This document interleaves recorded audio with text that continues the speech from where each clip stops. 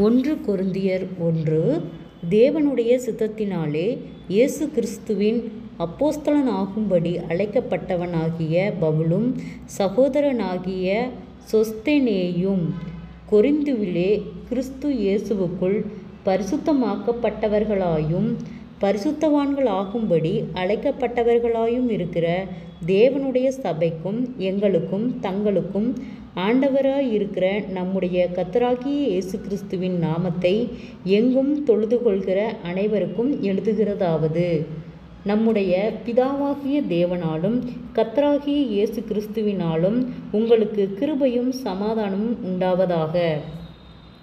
கிறிஸ்துவை பற்றிய சாட்சி உங்களுக்குள்ளே ஸ்திரப்பட்டபடியே நீங்கள் இயேசு கிறிஸ்துவுக்குள்ளாய் எல்லா உபதேசத்திலும் எல்லா அறிவிலும் மற்றெல்லாவற்றிலும் சம்பூர்ணமுள்ளவர்களாக்கப்பட்டிருக்கிறபடியால் அவர் மூலமாய் உங்களுக்கு அளிக்கப்பட்ட தேவ கிருபைக்காக நான் உங்களை குறித்து எப்பொழுதும் என் தேவனை ஸ்தோத்தரிக்கிறேன்.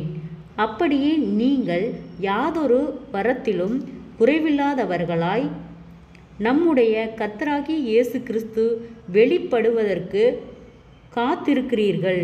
நம்முடைய கர்த்தராகிய இயேசு கிறிஸ்துவின் நாளிலே நீங்கள் குற்றஞ்சாட்டப்படாதவர்களாய் இருக்கும்படி முடிவு பரியந்தம் அவர் உங்களை ஸ்திரப்படுத்துவார். தம்முடைய குமாரனும் நம்முடைய கர்த்தருமாயிருக்கிற இயேசு கிறிஸ்துவுடனே ஐக்கியமாயிருப்பதற்கு உங்களை அழைத்த தேவன் உண்மையுள்ளவர். சகோதரரே, நீங்கள் எல்லாரும் ஒரே காரியத்தை பேசவும் பிரிவினைகள் இல்லாமல் ஏக மனதும் ஏக யோசனையும் உள்ளவர்களாய் சீர்பொருந்தி இருக்கவும் வேண்டுமென்று நம்முடைய கர்த்தராகிய இயேசு கிறிஸ்துவின் நாமத்தினாலே உங்களுக்கு புத்தி சொல்லுகிறேன். ஏனெனில் என் சகோதரரே, உங்களுக்குள்ளே வாக்குவாதங்கள் உண்டென்று குலோவேயாளின் வீட்டாரால் உங்களை குறித்து எனக்கு அறிவிக்கப்பட்டது. உங்களில் சிலர் நான் பவுலைச் சேர்ந்தவன் என்றும் நான் அப்பெல்லோவைச் சேர்ந்தவன் என்றும் நான் கேபாவைச் சேர்ந்தவன் என்றும் நான் கிறிஸ்துவை சேர்ந்தவன் என்றும் சொல்லுகிறபடியால் நான் இப்படி சொல்லுகிறேன். கிறிஸ்து பிரிந்திருக்கிறாரா? பவுலா உங்களுக்காக சிலுவையில் அறையப்பட்டான்? பவுலின் நாமத்தினாலேயா ஞானஸ்தானம் பெற்றீர்கள்? என் நாமத்தினாலே ஞானஸ்தானம் கொடுத்தேன் என்று ஒருவனும் சொல்லாதபடிக்கு நான் கிறிஸ்புவுக்கும் காயுபுவுக்குமே அன்றி உங்களில் வேறொருவனுக்கும் ஞானஸ்தானம் கொடுக்கவில்லை. இதற்காக தேவனை ஸ்தோத்தரிக்கிறேன். ஸ்தேவானுடைய வீட்டாருக்கும் நான் ஞானஸ்தானம் கொடுத்ததுண்டு. இதுவும் அல்லாமல் இன்னும் யாருக்காவது நான் ஞானஸ்தானம் கொடுத்தேனோ இல்லையோ அறியேன். ஞானஸ்தானத்தை கொடுக்கும்படி கிறிஸ்து என்னை அனுப்பவில்லை, சுவிசேஷத்தை பிரசங்கிக்கவே அனுப்பினார். கிறிஸ்துவின் சிலுவை வீணாய் போகாதபடிக்கு சாதுரிய ஞானமில்லாமல் பிரசங்கிக்கவே அனுப்பினார். சிலுவையை பற்றிய உபதேசம் கெட்டுப்போகிறவர்களுக்கு பைத்தியமாயிருக்கிறது, ரட்சிக்கப்படுகிற நமக்கோ அது தேவ பெலனாயிருக்கிறது.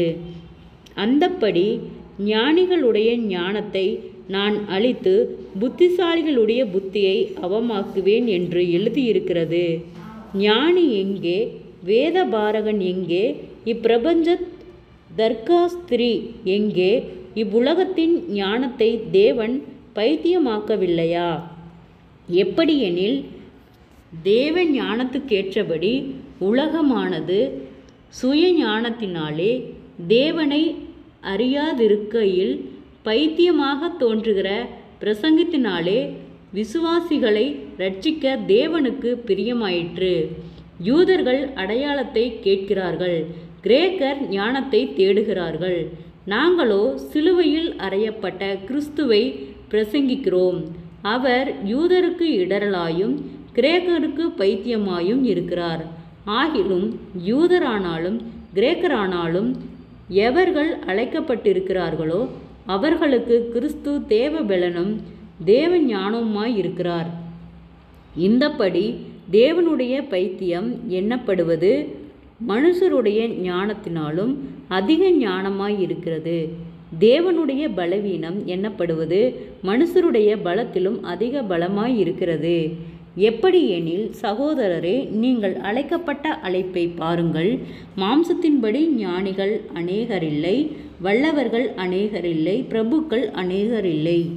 ஞானிகளை வெட்கப்படுத்தும்படி தேவன் உலகத்தில் பைத்தியமானவைகளை தெரிந்து கொண்டார். பலம் உள்ளவைகளை வெட்கப்படுத்தும்படி தேவன் உலகத்தில் பலவீனமானவைகளை தெரிந்து கொண்டார்.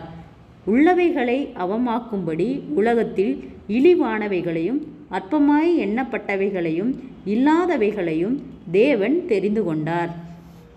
மாம்சமான எவனும் தேவனுக்கு முன்பாக பெருமை பாராட்டாதபடிக்கு அப்படி செய்தார். அந்தப்படி நீங்கள் அவராலே கிறிஸ்து இயேசுவுக்குட்பட்டவர்களாயிருக்கிறீர்கள். எழுதியிருக்கிறபடி, மேன்மை பாராட்டுகிறவன் கர்த்தரை குறித்தே மேன்மை பாராட்டத்தக்கதாக அவரே தேவனால் நமக்கு ஞானமும் நீதியும் பரிசுத்தமும் மீட்புமானார். ஜெபம்.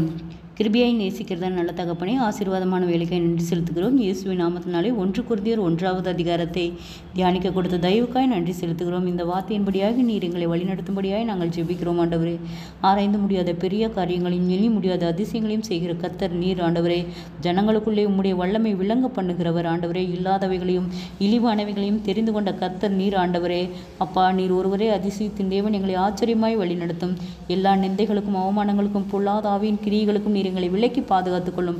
அநேக இக்கட்டுகள், போராட்டங்கள், பாடுகள், நிந்தைகள், அவமானங்கள், பொல்லாத ஆவியின் கிரியைகள், முன்னோருடைய சாபக்கட்டுகள், பிசாசின் கிரியைகளுக்கு நீர் எங்களை விலக்கி பாதுகாத்துக் கொள்ளும். ஆண்டவரே, அப்பா, குடும்பங்களுக்குள் காணப்படுகிறதான சகலவிதமான போராட்டங்கள், பாடுகள் எல்லாவற்றையும் கர்த்தர் விலக்கி பாதுகாத்து ஆண்டவரே, சமாதானத்தின் தேவன் சமாதானத்தை கட்டளையிடும்படியாய் நாங்கள் ஜெபிக்கிறோம்.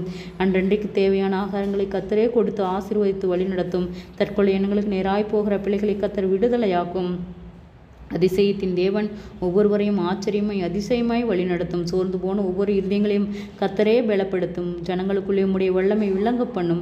ஆராய்ந்து முடியாத பெரிய காரியங்களை செய்கிற கர்த்தர் நீர். ஆண்டவரே, ஒருபோதும் வெட்கப்பட்டு போகாதபடி கர்த்தாவே நீர் உம் பிள்ளைகளை கண்ணோக்கி பாரும். ஆண்டவரே, அநேக ஆயிரங்களுக்கு பிரயோஜனமுள்ள பாத்திரமாய் வழி நடத்தும். ஆண்டவரே, சோர்ந்து போன ஒவ்வொரு இருதயங்களையும் கர்த்தரே பலப்படுத்தும், வழிநடத்தும், பாதுகாத்துக் கொள்ளும். இயேசுவின் மூலம் ஜெபம் கேளும் பிதாவே, ஆமேன்.